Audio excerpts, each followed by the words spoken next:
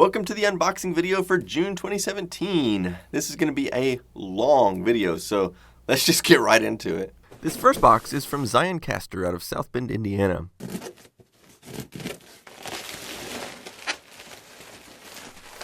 definitely a compact Macintosh of some kind. It's another SE30. I think this is like the third one I've received since I told the world I didn't have one. Unfortunately, I haven't had time to get any of them working yet, but I'm hoping to eventually use all of these for an episode on Apple Talk networking. Okay, so this next box is from Martin in Hungary.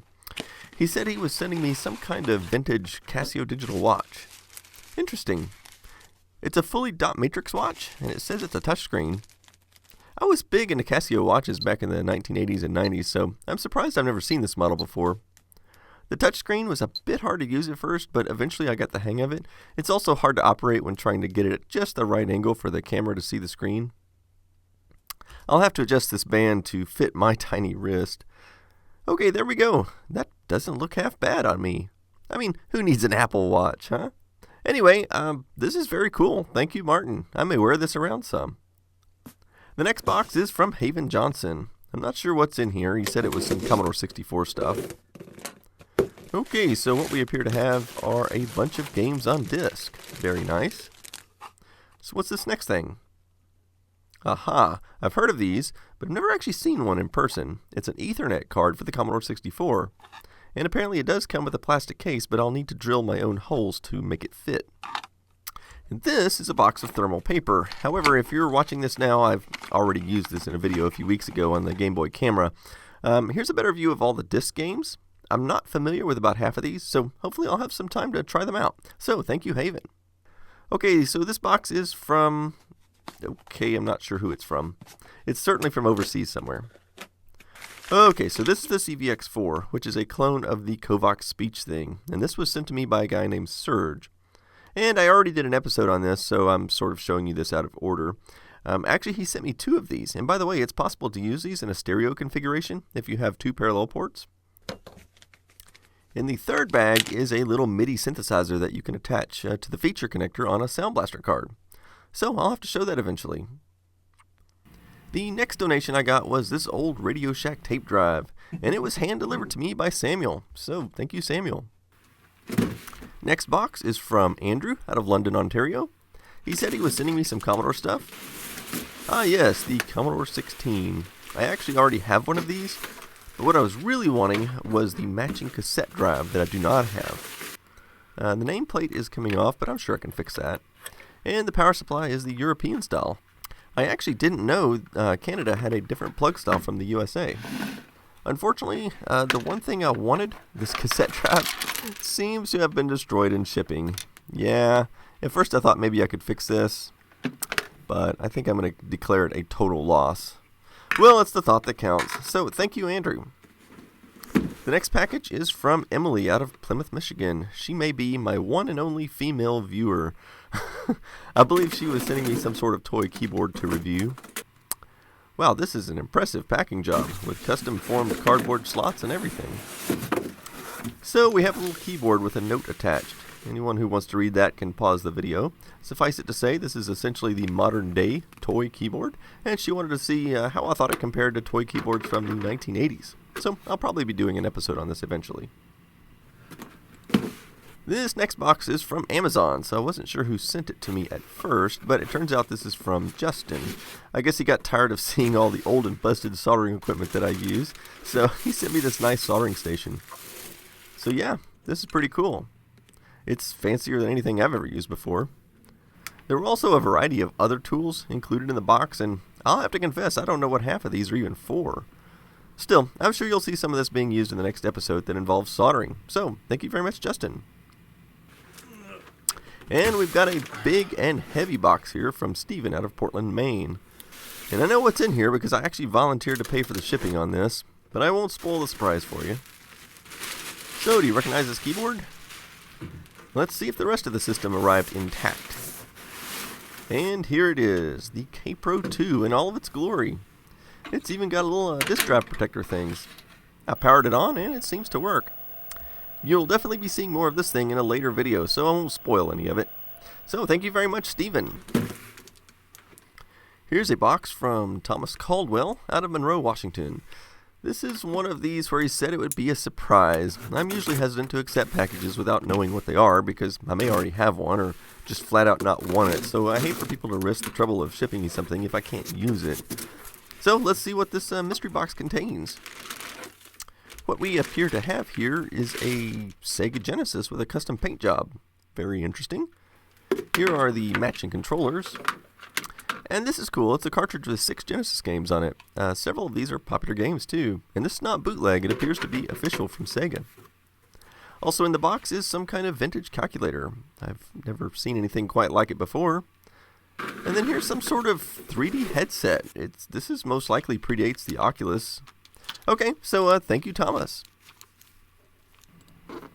Next package is from David Gore out of Boise, Idaho. And I know what's in this package, but I'm not sure I've ever seen one of these in person.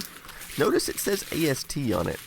Now what makes this really interesting is that I worked for AST in the laptop support department for several years during the late 1990s before they went out of business. And AST had bought out several companies a few years earlier, including Tandy and Grid. And so this was a new PDA-like product with a Grid name. And you might be able to say this is like a Palm Pilot on steroids, and certainly something that might have evolved into the iPad had they not been a terrible failure. I'll stick some batteries in it and see if it works. There's a second battery on the left for backing up the RAM, and I think it's dead. So, it works. And it appears the memory is wiped, as I suspected. And it also appears this runs some form of the GEOS operating system, which has its roots back in the Commodore 64 days. This is a reflective LCD, and so much like the Game Boy, it's hard to get the camera to see the whole screen without some light glaring off it, but it's much easier to read in person. As I suspected, the battery backup is low, probably dead is more like it. And so yeah, this is the Grid Pad. Oh look, it has America Online pre-installed. Anyway, I'll have to cover this more in a later episode, so thank you David Gore for sending me this. Okay, this next box says it's from Jim Brain, but this is actually a drop shipment from Lauren Millsap, who has donated several items in the past. He said it was a surprise, but I trust him that he knows what I would or wouldn't have any use for. Okay, so this is a Zoom floppy. This plugs into the USB port of a modern PC and allows you to connect old disk drives, mostly Commodore drives, to your PC so that you can read and write information to those old floppy disks. Very cool. I'll definitely put this to good use. Notice it has the IEEE connector, so it can even run PET disk drives. Thank you, Lauren. Next package is from Don Grant. Let's see what we have here. It's an Atari 1200 XL. That's great, because now I have almost the entire Atari 8-bit line of computers. I'm only missing the 600 at this point, so this is very nice. Thank you, Don. Next package is from Pond Software. I'm sorry I can't pronounce that name. I'd probably butcher it trying. So, let's see what we've got here. Okay, so this appears to be a brand new game for the Commodore 64 or 128. The Bare Essentials. I've actually never heard of this. I'm going to go ahead and cut the shrink wrap off and have a look inside. So it appears to ship on a floppy disk. Well, I'll have to check this out. I'll probably attach a quick review of this to the end of a related video at some point, so thank you for this. Moving on, the next package is from Adam, and I think this is a cartridge of some kind. Yes, the Mach 128. I remember reading about these in magazines back in the 1980s. Apparently this was a great fast loader cartridge for the Commodore 128. I can't wait to try this out after all these years, so thank you, Adam. Next package is from Matthias out of the UK. Cool, this is the first postcard with Captain Archer I've ever gotten. And 2 unopened Atari 7800 games. Now I'll have to make a decision either to cut the shrink wrap so I can try these out on my 7800, or leave them unopened as collector's items. How will I ever decide? Anyway, this is very cool, so thank you, Matthias. Next box is from Paul Dixon.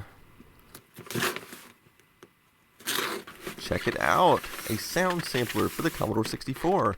I've never seen this before. Oh look, the cartridge has the same form factor as the sound expander and the Magic Voice cartridge. It appears to come with software on cassette and a little microphone. So yeah, this is cool. I can't wait to try this out. Thank you, Paul. Okay, so this next box is from Tom, and it is huge. I'm not entirely sure what's in here. He said it was Commodore stuff, and I can almost never turn down Commodore stuff, so we'll see what it is. Okay, this is so big. I'm going to have to put this on the floor just to dig stuff out. Okay, so there's a bunch of individually wrapped items here. This was one heck of a good packing job. I don't think anything will be broken from this. Okay, so there's all the different items. I'll dig around in the packing peanuts just to be sure. Oh, and if Clint from LGR is watching, since you like packing peanuts so much, this is just for you. Okay, so now I have to unwrap all of these items because I still have no idea what they are. Okay, so the first item here is a boxed modem for the Mattel Aquarius. That's cool. Unfortunately, I don't have an Aquarius to use it with, but now that I've said that, I'll probably have 3 of them next month. And here's another Aquarius item. I think it's a cartridge with some budget software on it. These boxes are in great condition, too. And what's next? Ah, yes, a Commodore 1200 baud modem. I tell you what, if you had one of these in the mid-1980s, you were rocking, because everyone else was running 300 baud. Those were the days. Let's open it up. So here's the manual, and here's the modem. This thing looks like it's never been used. And as always, it included a Quantum Link disc. This is very cool. And the next thing, I think this is the same cassette drive that Andrew sent me that I was wanting. And sure enough, it is. And yeah, this one survived shipping. The reason I wanted one of these is because the Plus 4 and the Commodore 16 used a different connector for the cassette drive than the rest of the Commodore machines. And as you can see, it's a little round connector. So, very cool. And there are still more items to open from Tom. Ah, yes, a 1541C disk drive. This is essentially the classic 1541, but they changed the case color to match the later Model 64. This one appears to be in great shape too, no yellowing or anything. And I think we're saving the best for last because this next item is really cool. It's a Commodore Plus 4. I actually already had one of these, but this one is in the original box, and the box is absolutely perfect, like it just came from the store. Wow, this is fantastic. Believe it or not, I just spent an hour on the phone with Bill Hurd the other day, who was an engineer at Commodore and helped design this computer, and I was asking him all sorts of questions about the design decisions on this computer, and that will be for an upcoming video, so you'll be seeing this again. So this is everything I got from Tom. This was a very generous donation, and I appreciate it a lot. Thank you, Tom. The next package is from Dimitri out of Ontario, Canada.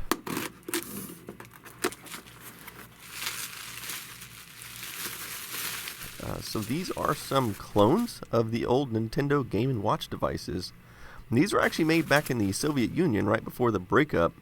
And they need some button cell batteries, so I can't demonstrate them at the moment, but I've definitely got to get some batteries and have a look at these. And also a Tetris clone. So very cool. Thank you, Dimitri. Okay, so the next box is kind of fragile, and it's from Cubicle Nate. Falling fast may cause unscheduled disassembly. Well, that's certainly true of the cassette drive I opened earlier. Kind of fragile? Golly, fragile contents. What is in here? Glass items or something? Please, please, please, please don't drop me too hard. Well, I guess we're about to see if any of that helped the contents survive. This one is packed with newspaper. Here's the first item, 8K of static RAM. This board looks like it's from the early 1970s. No idea what it goes to. Next thing is a mainboard for the Commodore 64. If I recall, I think he said these were all for spare parts, so they probably don't work, but I can use them to repair others. This is definitely a mainboard to a Commodore disk drive, although I'm not sure which model. Well, it says 1984, so probably a 1541. And here's a fully intact 1541 disk drive, and a fully intact Commodore 64. I think he said this one has a memory problem, so maybe I can fix it. Anyway, thank you, Nathan. Okay, so this is interesting. This is a package from Sega, and they contacted me and said they wanted to send me a package, but they wouldn't say what it was. Well, Tecmone got the same package and already did a video on it the day before mine showed up, so it kind of spoiled the surprise, but I'll show it to you anyway. Cassette tapes change music forever. We're about to do the same with retro gaming on mobile. Okay, I'll be curious to see what they've come up with. So, here's the cassette, and these are basically just songs from the old Genesis games with maybe some Dreamcast games thrown in there. I got number 274 out of the 512 they made. I know Tecmone got one, so not sure who got all the rest. They also sent this regular Bic Pin. I was confused at first because it doesn't even have a Sega logo on it. And then I realized it's probably because back in the 80s we used to use this kind of pen to wind cassette tapes by hand because the hexagonal shape fits perfectly on the teeth of the reels. So yeah, that was the thing we actually did back then. Next package is from Sam Mendelson, and it looks like a shoebox. But inside it looks like some old MS-DOS games. There's Space Rogue, and yeah, it comes with the old 5.25-inch floppies. Might and Magic, I remember this one too, although I was more of an Ultima guy myself. And last is Starfleet 2, and I have to say I'm not familiar with this game. Once I get a proper MS-DOS machine working with a 5.25-inch disk drive, I'll try this out. Anyway, thank you, Sam. Next box is from David Leach. I know what's in here, but I won't spoil it. So this is a vintage calculator, but not just any old calculator. This is from Commodore. Many people don't realize that before they made computers, they were a calculator company. This one doesn't work, but I'm going to attempt to repair it eventually. I think it's just an internal power supply problem. So this is highly collectible. Thank you, David. Next box is from Dennis Murphy. I'm not sure what the significance of Captain Ed's sticker is. Maybe somebody can comment on that. Inside we have a modem, Total Communications, and it's still factory shrink wrapped. This modem is sort of special to me because even though it was an aftermarket product for the Commodore 64, it was the first modem I ever owned. It's very basic, only does pulse dialing, no tone dialing, and it's 300 baud. But I remember that magical evening back in 1980-something when I fired this thing up and connected to an online service for the first time. So, great find here. Thank you, Dennis. Next box is from Ed out of Portland, Oregon. So the first thing here is a box of bonus brand discs. I remember those. Actually, these are CP/M discs, and since I have a few computers that run CP/M now, such as the Osborne and the K-Pro, I'm anxious to give these a try. And this is a little 46 computer. I had mentioned I've been looking for a small form factor 46 desktop computer. Unfortunately, shipping was not kind to this thing, and there wasn't a lot of packing material in the box, so let's see how much damage there is. The faceplate of the floppy came off, the entire front bezel seems busted. Inside it appears the processor heatsink is loose, and the entire frame is slightly bent. I'll see what I can do later to fix this up some. Anyway, thank you, Ed, especially for the CP/M discs. Next box is from Henry Taylor, and let's see what we have here. This is an old Ibook G3. This is the 500 megahertz model, which was the first model to come in the white or snow look after they stopped making the clamshell model. And other than missing a key, it's in really good condition. And I think I have some spare keys for this model somewhere in the attic. So thank you, Henry. This will be a great addition to my iBook collection. Next box is from Tyler Jones. And yes, we're getting close to being done now, so just hang in there. This is not the first time Tyler has sent me some cool stuff. This is supposed to be some Atari 8-bit stuff. Okay, so there are empty game boxes. But I have a lot of the cartridges that go to these. I'm not sure what I'm going to do with these, though. There's also a box full of old Atari discs. And this is definitely something unusual. It's a set of games for the old TRS-80 computers. Not the color computer, but the business machine. It says these work on Model 1 through 3, so I hope it'll work on my Model 4P that I have. And the discs are in here, so that's really cool. Tyler also sent me another box too. There are several individually wrapped items here, so yeah, now I'll have to unwrap all of these mysteries. So here's another game, Racing Destruction Set, and it does have the disc in there. Summer Games, an original Atari joystick, Chomper Stomper, Spider-Man, some sort of paint program, 3 different cartridges, an Atari 1050 disk drive. I already have one of these, but it doesn't work quite right. Hopefully this one does. And last is an 800 XL, probably one of the most popular Atari machines. I already have 2 of these, and neither one works, so hopefully this one does. So thank you very much, Tyler. And we've got a fairly big box here from Chris Lane. And, well, gee, that's interesting. A complete package of bubble wrap. Well, I guess I can use that next time I'm shipping something out. And here's a note. You can pause the video if you want to read that. And it looks like there's a little keyboard in here. This looks familiar. Yes, the PT1. I remember seeing these in the store back in the 80s. This was like the cheapest of cheap kids' toy keyboards. And this one has a bit of yellowing, and it's missing the switch covers, though. Still, I'll be interested to fire this up. But here's the main attraction. It's a Yamaha PSR 6. It's quite dirty, but I'm sure I can clean this up. This is going to be an interesting keyboard to review because it's an early Yamaha, but actually has like a tone bank instead of like 20 instruments. So, yeah. Thank you very much, Chris. Okay, so the last package is from Tim Labonte. I think that's how you say that. By the way, in case I didn't mention, I actually show this in the order I received them. So this was received on the last day of June. I know some people said I should reorder these from least to most interesting, but I prefer chronological order. Here's another letter. I won't read it aloud because it is long, but you can pause the video if you want.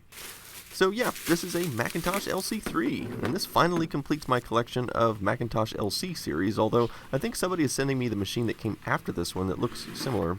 So this one is in near perfect condition, so that's awesome. I really appreciate that. Thank you, Tim. Okay, so not a package, just an envelope from John. So what could this be? Well, there is a note, and apparently some Band-Aids for when I cut myself opening all these boxes. And like the 10,000th person asking for a shout out to their channel. Okay, so that about wraps that up. I am absolutely amazed at the amount of stuff that you guys sent me during June. So if it continues to come in at this rate, I may have to start breaking this video up into 2 parts, like maybe every 2 weeks instead of every month, because originally when I wanted to start doing this video, I thought, it's just an extra video I can do, once a month. It'll only take a few hours, so it won't really interfere much with my other projects. Unfortunately, when they get to be this long, it really does start to become a huge project in and of itself. So, not that I'm complaining, but I'm just saying. So, don't be terribly surprised if you might start seeing 2 of these a month. Anyway, I guess thank you to all my fans for the stuff you sent me, and thanks for watching, and I'll see you next time.